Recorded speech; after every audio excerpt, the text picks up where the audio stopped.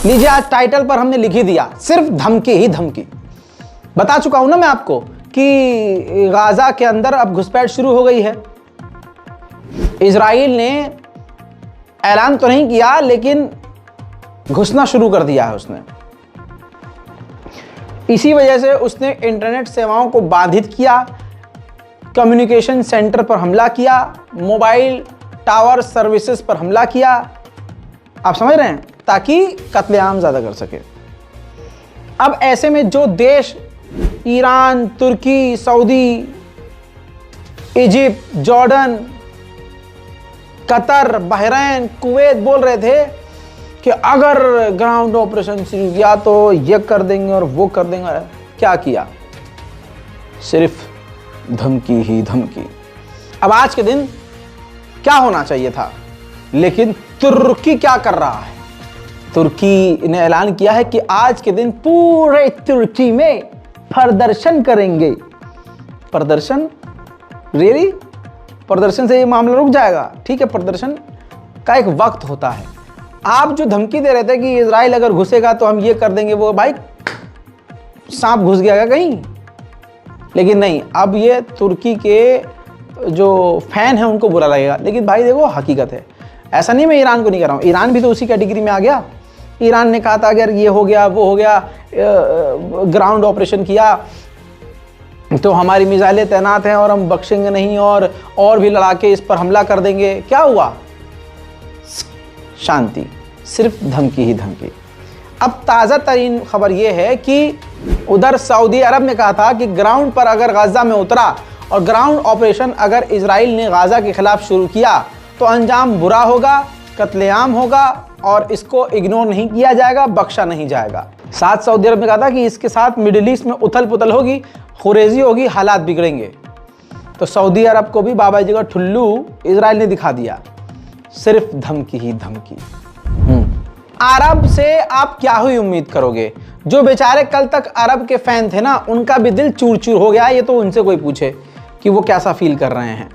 दोस्तों, अरब के एक पॉलिटिकल लीडर हैं, शेख हैं, वो सामने आए और उन्होंने कहा कि इतनी इज्जत डिजर्व नहीं करता। उसने कहा कि ये जो हिजबुल्लाह कर रहा है, लेबनान का हिजबुल्लाह, इससे फिलिस्तीनियों को कोई फायदा नहीं होगा, साथ ही ये फिलिस्तीनियों की मुसीबत बढ़ाएगा। ये सिर्फ दिखावा है कि ये फिलिस्तीन के लिए खड़े हैं। और अब देख रहे हैं, जो सुअर खुद खड़े नहीं हो पा रहे हैं, वो दूसरों को चाह भी नहीं रहे कि खड़ा हो। ये सब पता है क्यों हुआ? बाइडन ने मोहम्मद बिन सलमान से बात करी, जिसके बाद बाइडन ने अपने अरब देशों के, सऊदी अरब के तमाम मौलानाओं को पैगाम भिजवाया कि भाई साहब, आप लोगों को समझाओ गाजा के मुद्दे पर बात नहीं करनी। उसके बाद अपने नेताओं को भी कहा कि भाई आप गाजा के बारे में, फिलिस्तीन के बारे में ज़्यादा पॉजिटिव बात मत बोलो और इजराइल के खिलाफ मत बोलो। तो लीजिए, और पॉलिटिकल लीडर भी कहीं ना कहीं सांप बनकर उभर रहे हैं। वहीं दोस्तों, ईरान ज़बरदस्त ड्रिल शुरू कर चुका है। ताज़ा तरीन तस्वीरें आपको दिखा रहा हूँ। जी हाँ, जैसा ईरान ने कहा था, ईरान ने किया है। ईरान ने 2 दिन पहले ही कह दिया था कि वो ड्रिल शुरू करने जा रहा है अपने इलाके में दुश्मन के खिलाफ, काफ़ी खतरनाक। दोस्तों, इसके अंदर एयर डिफेंस सिस्टम, उसके फाइटर जेट, तोप के अलावा कई तरह के ड्रोन, कई तरह के हथियार, फाइटर जेट, न जाने क्या क्या उसने अपनी पूरी ताकत दिखाने की कोशिश की है। आखिरकार अब यूरोपीय यूनियन भड़का है। यूरोपीय यूनियन को अब होश आया है। यूरोपीय यूनियन ने कहा है कि इजराइल ने जो गाजा को दुनिया से काट कर रखा है और अलग कर दिया है, ये काफ़ी खतरनाक है। इससे कत्लेआम बढ़ रहा है और मुसीबत बढ़ रही है। गाजा के हालात ख़राब हो रहे हैं, हमें इसको रोकना होगा, गाजा के तमाम रास्तों को खोलना होगा। वहीं अमेरिका ने भी बयान दिया है कि हम जो ये जंग रोकने का, कुछ समय रोकने का जो प्रपोजल है, उसको सपोर्ट करते हैं। कुछ वक्त के लिए, कुछ समय के लिए जंग रुकनी चाहिए, जिससे गाजा के आम लोगों को राहत मिले और दवाइयाँ पहुँचे। अब दोस्तों, ये अमेरिका की नौटंकी है या सच्चाई, ये आप कमेंट कीजिए। अमेरिका के 25 मेंबर ऑफ पार्लियामेंट यानी सेनेटर्स ने बाइडन से कहा है कि गाजा के अंदर फ्यूल जाने दीजिए। कहा जा रहा है कि पूरी तरह से गाजा के हालात को मॉनिटर करने के बाद 25 सेनेटर ने बाइडन से कहा है कि गाजा के हालात और ख़राब हो चुके हैं और अस्पताल बिल्कुल बेकार हो चुके हैं। फ्यूल जाना ज़रूरी है, आपसे गुजारिश है कि फ्यूल अब जाने दें। कल की कई रिपोर्ट में मैंने बताया था कि यहूदी सेटलर्स, इजराइल के जो लोग हैं, फिलिस्तीनियों के घरों पर, गाड़ियों पर, लोगों पर हमला कर रहे हैं। अमेरिका ने पिछले 48 घंटे में 2 बार पब्लिक डोमेन में आकर इजराइल को चेतावनी दी है, वार्निंग दी है कि आपके लोग जो फिलिस्तीनियों पर हमला कर रहे हैं तुरंत इसको रोकें। लेकिन दोस्तों, अमेरिका का दोगलापन यह है कि वही अमेरिका तब चुप रहता है जब इजराइल अपने यहूदी लोगों को एडवांस हथियार बांटता है। अबे जब तुम अपने देश के लोगों को एडवांस हथियार बांटोगे तो वो चलाएंगे भी ना, कि सिर्फ मजा करेंगे उससे। अमेरिका तब तो नहीं रोकता। इन तमाम चीजों के बाद बुरी खबर यह है कि नेतन्याहू ने ऐलान किया है कि सीज फायर नहीं होगा, जंग नहीं रुकेगी जब तक हम हमास को पूरी तरह से खत्म नहीं कर देते। उधर यूएन के चीफ के साथ सीधा टकराव इजराइल का चल रहा है। एंटोनियो गुटेरेस से इसी बीच ईरान के विदेश मंत्री ने मुलाकात की है। दोनों के बीच खिचड़ी क्या पकी है, अमेरिका और इजराइल के पेट में तकलीफ हो गई है।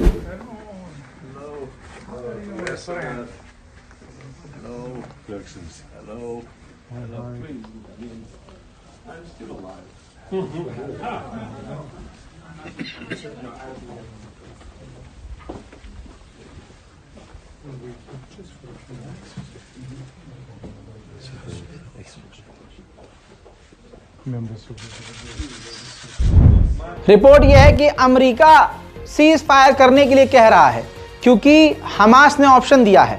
हमास ने कहा कि अगर 5 दिन के अंदर सीज फायर इजराइल ने कर लिया, यानी जंग अगर रोक ली, तो हम जो यहूदी कैदी हैं विदेशी उनको जाने देंगे, लेकिन सिर्फ विदेशी कैदियों को, जो इजराइल की मिलिट्री के लोग हमारे पास कैद में हैं, उनको हम नहीं छोड़ेंगे।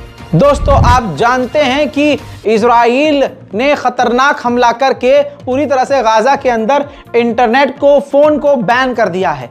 अब कोई खबर नहीं आ रही है, ना ही वहां जा रही है। हमें भी पर्सनली रजाग्राफी टीम को खबर निकालने में काफ़ी तकलीफ हो रही है। अपने जो वहाँ रिपोर्टर्स मौजूद हैं, जो वहाँ से हमें लोकल लोग हैं, जो खबर हमें भेजते रहते थे और उनसे हमारे ताल्लुक 2 साल से थे, जो गाजा की सरजमीन से हमें अपडेट देते रहते थे, उनसे भी अब हमारा कनेक्शन लगभग टूट गया है। दोस्तों, बताना चाहूँगा कि ब्रिटेन में ये देखिए ट्रेंड कर रहा है स्टारलिंक फॉर गाजा। स्टारलिंक किसकी है आप जानते हैं। स्टारलिंक सैटेलाइट जो है वो एलन मस्क की है। यूक्रेन में जब रूस ने पूरी तरह से सैटेलाइट को जैम कर दिया और इंटरनेट को बंद किया था, तो यही एलन मस्क की स्टारलिंक सैटेलाइट ने अब तक यूक्रेनियों को फ्री इंटरनेट दिया हुआ है। वही डिमांड अब ब्रिटेन के लोग, आम जनता गाजा के लिए कर रही है। दोस्तों, यूएन ने साफ तौर से कह दिया है कि गाजा जो आंकड़े दे रहा है कि हमारे 7,000 लोग मारे गए, 3,000 बच्चे मारे गए, 2,000 अभी भी गायब हैं, 500 अभी बिल्कुल पहचान में नहीं आ रहे उनकी लाशें, ये सरासर सही हैं, झूठ नहीं है। कोई भी मिस इन्फॉर्मेशन गाजा नहीं दे रहा है, ये सिर्फ प्रोपेगेंडा इजराइल फैला रहा है। दोस्तों, WHO और कुछ मीडिया चैनलों ने यूएन को बताया है और WHO को भी बताया है, ये अंतरराष्ट्रीय लेवल पर जानकारी शेयर करी है कि देर रात को जब इजराइल ने पूरी तरह से इंटरनेट और फोन कम्युनिकेशन सेंटर को उड़ा दिया, तब से कई सारे टीवी के पत्रकारों के साथ कनेक्शन नहीं हो पा रहा है, लॉस्ट हो गया है कनेक्शन। और WHO ने बोला है कि हम भी अपने कार्यकर्ताओं से बात नहीं कर पा रहे हैं। कितना खतरनाक माहौल है और इस वक्त इजराइल ने क्या ही कोहराम मचाया होगा, आप सोच नहीं सकते। मेरे दोस्तों, इतना कत्लेआम करने के बाद इजराइल का नेतन्याहू का एडवाइजर बोला है, अब इतना कुछ करने के बाद, कि अब हमने असल में बदला लेना शुरू किया है। हमास ने जो क्राइम किया है उसका हम बदला लेकर रहेंगे। दोस्तों, आइए मेरे साथ सुनते हैं, मैं दिखाता हूं आपको रात भर किस तरह से गाजा में मशीन गन चली है और उसकी आवाज आई है। मेरे साथ देखिए।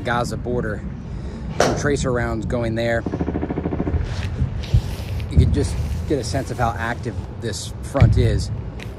Those thuds in the distance, the airstrikes are really non-stop over the past several hours. And we do expect this to continue. The Israeli military says they... दोस्तों, वक्त है अगली खबर का। यूएन के अंदर एक रेजोल्यूशन पहली बार पास हुआ यूएन के अंदर पूछा गया कि कौन कौन देश चाहता है कि गाज़ा के अंदर ह्यूमैनिटेरियन एड जाए और सिविलियन को हर हाल में बचाया जाए, सिविलियन नहीं मारे जाने चाहिए।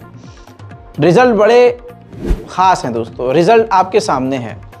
देखिए जो हरे बॉक्स में हैं उन्होंने फेवर किया है, 120 देशों ने वोट डाला है हाँ जी लोगों पर, आम जनता पर हमला नहीं होना चाहिए, उनको बचाना चाहिए। 14 लोग खिलाफ रहे हैं, जैसे ऑस्ट्रिया नहीं चाहता कि गाज़ा के लोगों को बचाया जाए। इसके साथ ही कई ऐसे देश हैं जिसमें देखिए इजराइल है, और आपको बता दूं हंगरी है, यूनाइटेड स्टेट है यानी अमेरिका है, टोंगा है, छोटे मोटे आइलैंड हैं। लेकिन जो एब्सेंट हैं वो येलो वाले एब्सेंट हैं जो पीले रंग में हैं। भारत एब्सेंट है और इराक भी एब्सेंट है। इराक का समझ में नहीं आता, भारत का समझ में आता चलो भैया यहाँ मोदी सरकार है। लेकिन आप बता दूं कि यूक्रेन भी बड़ी चालाकी से गायब हुआ है, यूक्रेन बिल्कुल गायब रहा है। सर्बिया ने वोट नहीं डाला है, लातविया ने वोट नहीं डाला है, फिनलैंड, ये सब कनाडा वनाडा जो बड़े बड़े देश हैं वो गायब रहे, उन्होंने एब्सेंट दिखाया अपने आप को। इराक ने बोला है क्योंकि हम इजराइल को मान्यता ही नहीं देते हैं, इस वजह से हमने वोट ही नहीं डाला है। दोस्तों फिलहाल की इस रिपोर्ट में इतना ही, जल्द आएंगे और भी बड़ी जानकारी के साथ। चैनल को रिफ्रेश करते रहिए, चैनल को सब्सक्राइब भी कीजिए, दूसरों तक हमारी इस वीडियो को फेसबुक के जरिए, व्हाट्सएप के जरिए, टेलीग्राम के जरिए जल्द से जल्द शेयर करते रहिए। जय हिंद।